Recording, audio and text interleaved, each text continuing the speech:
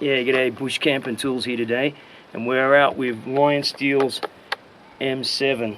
This is a big, pretty big knife of theirs. As a matter of fact, it's their largest fixed blade. It's got a nice choil in here, nice smooth thumb ramp, beautiful rounded spine there as well, and textured micarta scales. It's a solid piece of micarta. You've got a bit of a ramp up here in the back to improve the grip when you're swinging this chopper, so you don't lose it out of your hand. It's a flat grind, and there's a flat bevel edge on this knife there, and see that you can get some good movement there with that. Anyway, we're going to go test this out and see how it performs in the forest. Yeah, so it also comes with this really cool Kydex sheath. Anyway, we'll look at that a bit later on. Thanks for watching, and let's go to the forest.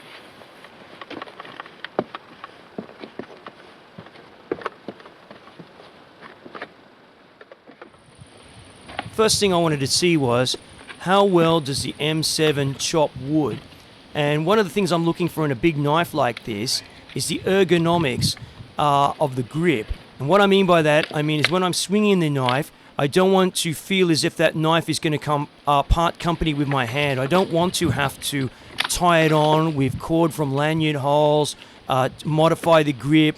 I don't want to have to put on rubber type gloves to be able to hang on to it. I simply want to be able to hold it in an ungloved hand, be able to swing this knife without the knife feeling like that I want to let go of this knife. And that's what I've set about here to do. Now, the reason I believe why the M7 has such a great grip on it, at least in my hands I've got to say, is due to LionSteel's, what they call their 4D axis milling of the one-piece solid micarta handle. Now, not only is it a one-piece micarta handle, it's been machined right out in the middle of the handle for the tang just to drop straight down into it. But the entire handle itself, the entire grip itself, has a pattern, a very intricate pattern machined all over the grip, which really makes it exactly what the word says, and that is a grip. A very good grippy handle for a knife such as such large knife as this.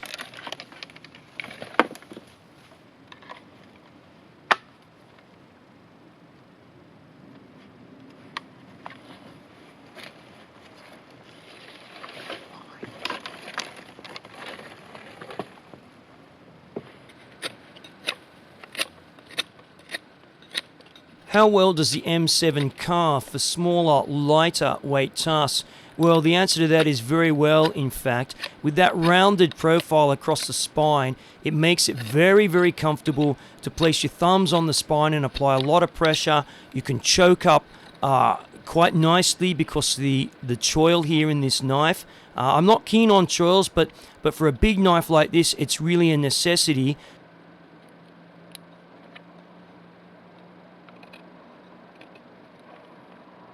Wood's pretty dry anyway, don't really need to feather it, but it does alright. It's good with the choil actually.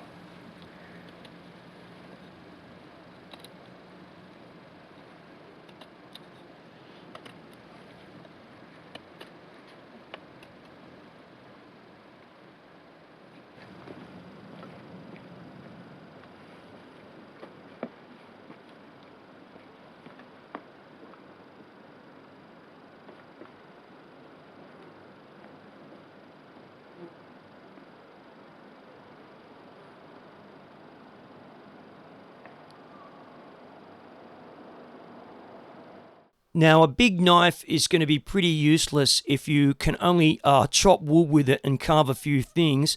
What I need to be able to use a big knife for as well too is whether I can gather food with it and prepare food.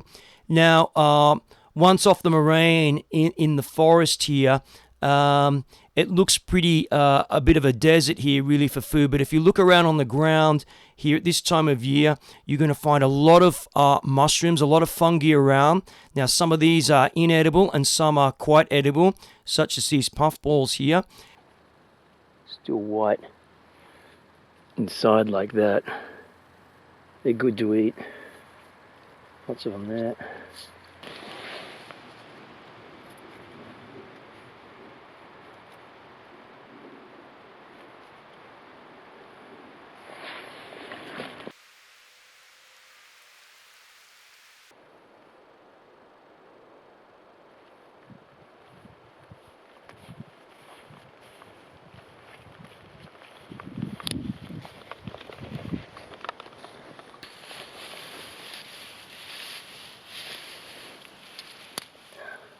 This is an absolute beauty.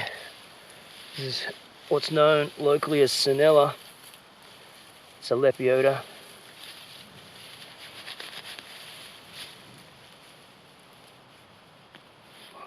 Absolute beauty.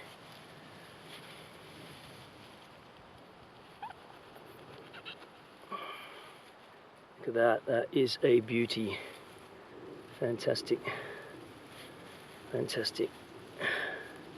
Another bonus on a meadow such as this is wild thyme. Now, the wild thyme is absolutely great for making tea with. You need a sharp knife, either a serrated knife or just a very, very sharp knife. And certainly the Sleipner steel in the M7 has remained sharp. This is, if you're watching this video, this is the second review I've done now on the M7. I haven't touched that blade.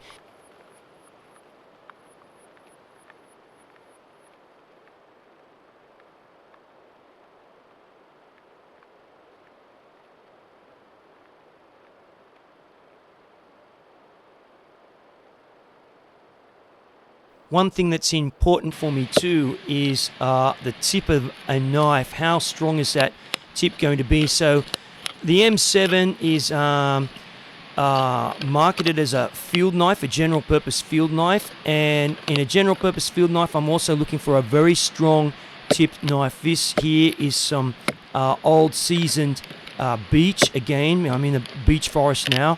And this is just plunging the tip in here, as you can see. There's no chance that tip's going to bust. It's a very, very, very strong tip. And it can be useful for many things, being able to cone out a section on some wood for setting up traps, that kind of thing.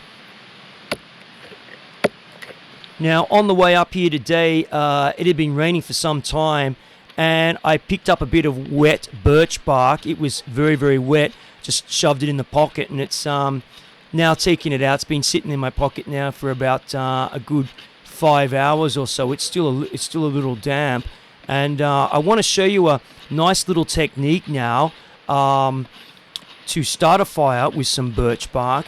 And that is, what I like to do is, you can see how I like to shave the bark. I find a relatively flat surface to do that on. You can see it's just a log here. And with the M7, it was no problem doing this. So essentially what I am is dragging that blade across the bark, as you can see. So for the knife not to become blunt, it's got to really be able to hold an edge now, because you're dragging it directly across that knife edge. And what I do here is I create almost a powder, because I really want to have the highest surface area possible exposed for birch bark, and the best way to do that is to create a powder.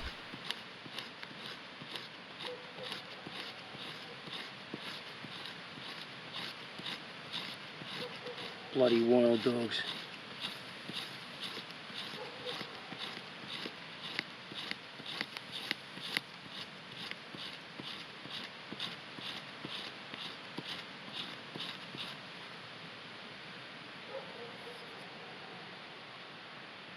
Now I can use the back of the spine, anywhere along the back of the spine, to strike a steel with the M7. Despite it having a rounded profile, the actual edge to where it starts the spine, there's a small area before it actually starts the full knife bevel. It's got quite an acute edge on there, so it will easily strike a steel against that edge anywhere along that part of the spine of the knife. Now with a big knife like this, if you're not being careful, the sparks are going to fly everywhere. Trying to get it in close to what you're trying to do may appear as not the best way to do this with a big knife, and you might be better off with a dedicated fire steel striker, or which is much, much smaller, or a smaller knife. Well, okay, I'm going to say no, there is another way of doing that. Now, if I'm going to use a steel, it generally means, if I'm using a steel, it means that I really need to light a fire.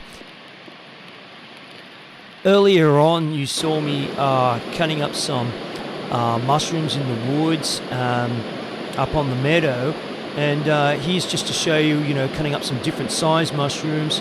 Again, M7, no problem with that. It doesn't make a mess of doing that. You can do fine tasks with this knife, despite it being a large knife. So there you have it. Just showing you a range of things, just a small range of things there. Some food gathering, some woodworking, some food gathering, and some standard bushcrafty type things for the M7. And yeah, thanks for watching.